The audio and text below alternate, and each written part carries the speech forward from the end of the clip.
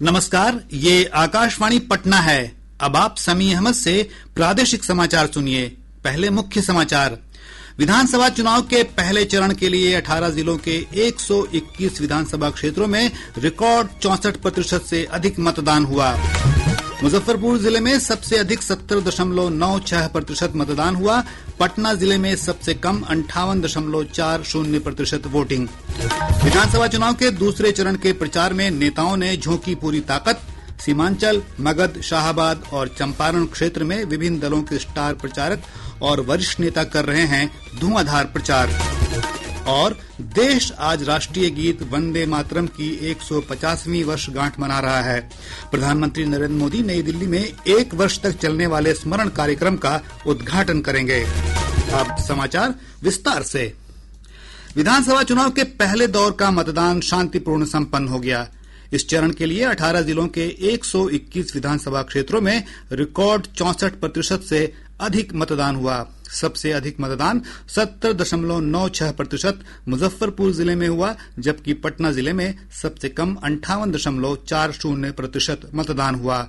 मुख्य निर्वाचन पदाधिकारी विनोद सिंह गुंजियाल ने बताया कि 64.46% मतदाताओं ने अपने मताधिकार का प्रयोग किया। 64.46% अभी मतदान का आंकड़ा है।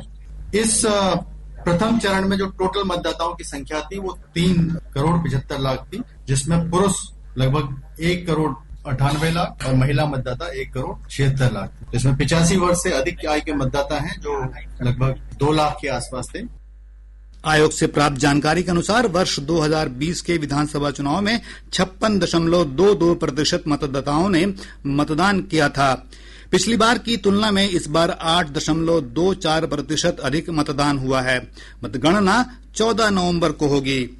मुख्य निर्वाचन पदाधिकारी ने बताया कि मतदान के दौरान विभिन्न सुरक्षा एजेंसियों की ओर से 1,96,00,000 रुपए की जब्ती हुई है। उन्होंने बताया कि अब तक 117 करोड़ रुपए की जब्ती हुई है।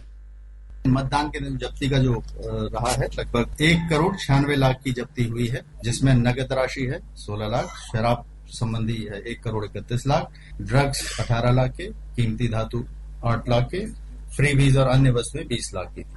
और आचार संहिता लागू किए जाने के उपरांत अब तक जो जब्ती हुई है 117 करोड़ की जब्ती हुई है, जिसमें नगद राशि लगभग 11,57,00,000, शराब की जब्ती लगभग 46 करोड़, ड्रग्स की जब्ती 25 करोड़, कीमती धातु की जब्ती 6,43,00,000, फ्रीबीज और अन्य वस्तुओं की 27,50,00,000 की जब्ती हुई। विधानसभा चुनाव के पहले चरण में रिकॉर्ड मतदान के बाद मुख्य निर्वाचन आयुक्त ज्ञानेश कुमार ने मतदाताओं को बधाई दी है। उन्होंने सोशल मीडिया पोस्ट में आयोग में पूर्ण विश्वास व्यक्त करने और इतनी बड़ी संख्या में उत्साह और जोश के साथ मतदान के लिए वोटरों के प्रति आभार व्यक्त किया है। भाजपा के वरिष्ठ नेता और प्रधानमंत्री नरेंद्र मोदी ने कहा है कि पहले चरण में ही एनडीए ने भारी बढ़त हासिल कर ली है। उन्होंने सोशल मीडिया पोस्ट में कहा कि दूसरे चरण में भी हर तरफ एनडीए की लहर दिख रही है। वहीं उप मुख्यमंत्री सम्राट चौधरी ने दावा किया है कि पहले चरण में 121 में से 100 सीटों पर एनडीए जीत हासिल करेगा। इधर राजद के वरिष्ठ नेता और नेता प्रतिपक्ष तेजस्वी प्रसाद यादव ने कहा है कि जनता ने बदलाव के लिए मतदान किया है। उन्होंने कहा कि बदलाव की लहर महागठबंधन के पक्ष में है। पहले चरण के मतदान के बाद 122 महिला समेत 1,314 उम्मीदवारों की चुनावी किस्मत ईवीएम में सील हो गई है। सबसे अधिक 20 प्रत्याशी कुढ़नी और मुजफ्फरपुर विधानसभा क्षेत्रों से अपनी किस्मत आजमा रहे हैं। वहीं भोरे, अलौली और परबत्ता विधानसभा क्षेत्रों से सबसे कम 5-5 प्रत्याशी चुनाव मैदान में हैं। एक रिपोर्ट।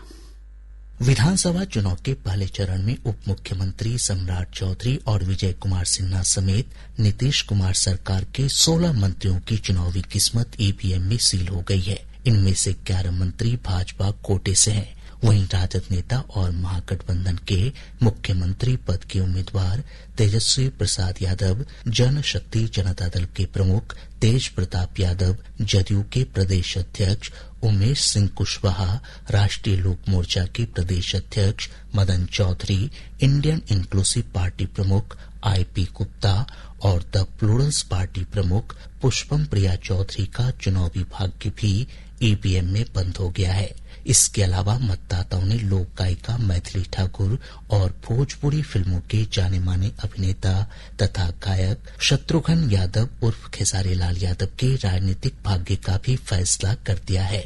आकाशवाणी समाचार के लिए पटना से मैं अभिषेक दास। पिछले विधानसभा चुनाव के दौरान 121 विधानसभा क्षेत्रों में भाजपा ने 32 सीटें जीती थी, जबकि जदयू को 23 और लोक जनशक्ति पार्टी को 1 सीट पर जीत मिली थी। राजद ने 42, कांग्रेस ने 8, वाम दलों ने 11 और विकासशील इंसान पार्टी ने 4 सीटें जीती थीं।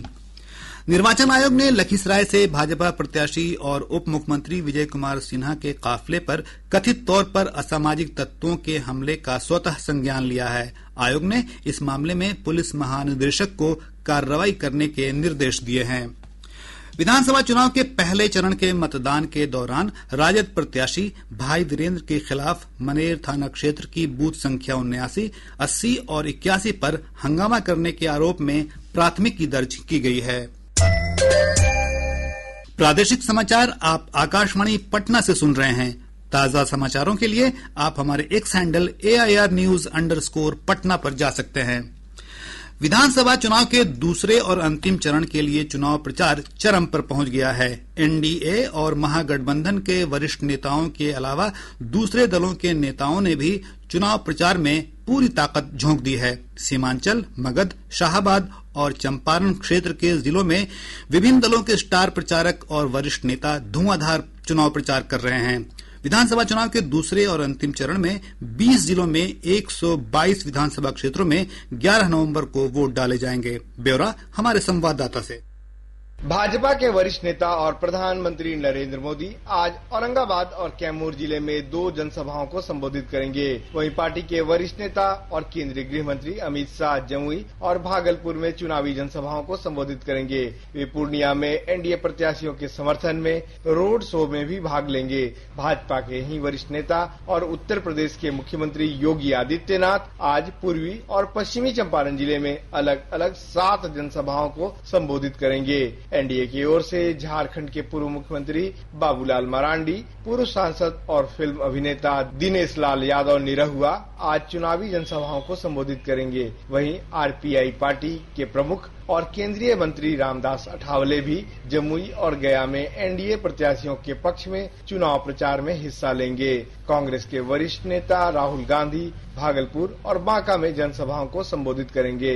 कांग्रेस अध्यक्ष मल्लिकार्जुन खड़गे गया और रोहतास में जनसभाओं में शामिल होंगे।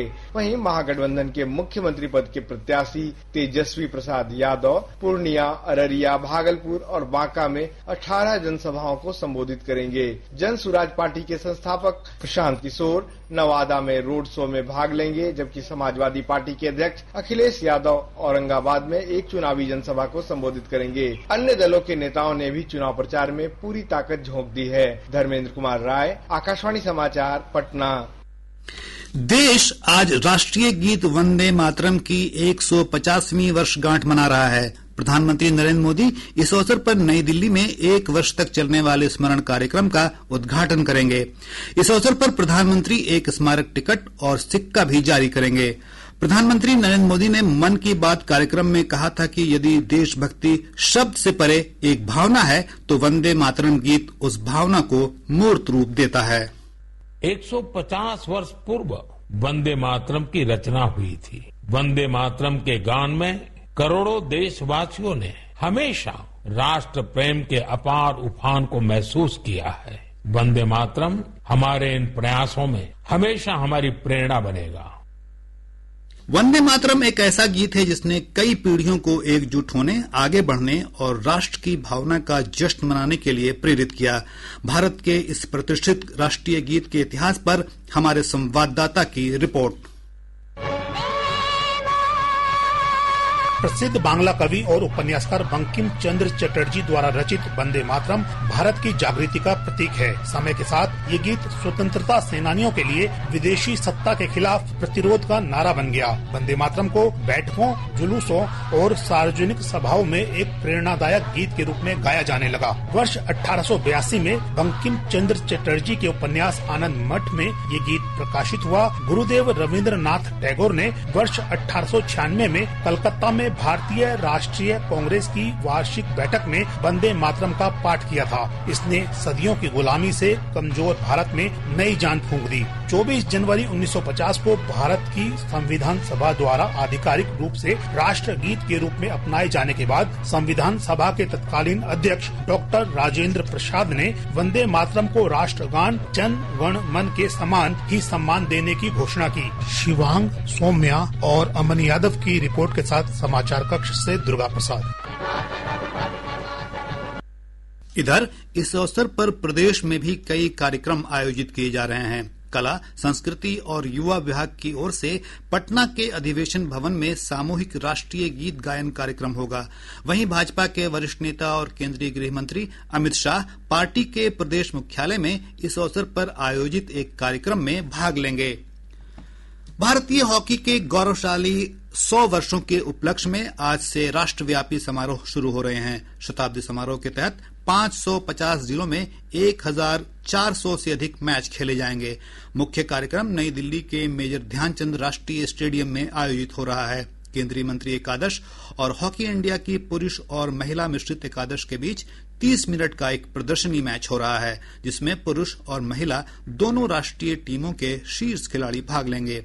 गौरतलब है कि 8 ओलंपिक स्वर्ण पदक जीत चुके भारत को दुनिया के सबसे सफल हॉकी राष्ट्र का दर्जा प्राप्त है। अब पटना से प्रकाशित प्रमुख समाचार पत्रों की सुर्खियां। आज के सभी समाचार पत्रों ने विधानसभा चुनाव के पहले चरण में रिकॉर्ड मतदान से जुड़ी खबरों को प्रमुखता से प्रकाशित किया है। हिन्दुस्तान ने लिखा है, मतदाताओं ने 64.69% मतदान से रचा इतिहास, उमड़ पड़ा बिहार। दैनिक जागरण ने इसी खबर पर लिखा है, बिहार के इतिहास में पहली बार 64.69% मतदान। बम्पर वोटिंग के बीच कुमरार, बांकीपुर और दीघा में सबसे कम मतदान। दैनिक भास्कर लिखता है, पहला चरण मतदान में महिलाओं की भागीदारी इस बार भी पुरुषों से ज्यादा। प्रभात खबर की सुर्खी है, जेएनयू छात्र संघ चुनाव में वाम एकता का दबदबा, एबीवीपी का हुआ सफाया। राष्ट्रीय सहारा ने प्रधानमंत्री नरेंद्र मोदी के हवाले से लिखा है, सिर्फ सत्ता की दोस्ती है महागठबंधन। आज अखबार ने मुख्यमंत्री नीतीश कुमार के बयान का शीर्षक लगाया है, विकास की राह पर बढ़ रहा बिहार। और अब अंत में मुख्य समाचार एक बार फिर। विधानसभा चुनाव के पहले चरण के लिए 18 जिलों के 121 विधानसभा क्षेत्रों में रिकॉर्ड 64% से अधिक मतदान हुआ। मुजफ्फरपुर जिले में सबसे अधिक 70.96% मतदान हुआ। पटना जिले में सबसे कम 58.40% वोटिंग। विधानसभा चुनाव के दूसरे चरण के प्रचार में नेताओं ने झोंकी पूरी ताकत। सीमांचल, मगध, शाहाबाद और चंपारण क्षेत्र में विभिन्न दलों के स्टार प्रचारक और वरिष्ठ नेता कर रहे हैं धुआंधार प्रचार। और देश आज राष्ट्रीय गीत वंदे मातरम की 150वीं वर्षगांठ मना रहा है। प्रधानमंत्री नरेंद्र मोदी नई दिल्ली में 1 वर्ष तक चलने वाले स्मरण कार्यक्रम का उद्घाटन करेंगे। इसके साथ ही आकाशवाणी पटना से प्रसारित प्रादेशिक समाचार का ये अंक समाप्त हुआ। आकाशवाणी पटना से अगला समाचार बुलेटिन दोपहर 2 बजे प्रसारित किया जाएगा। नमस्कार।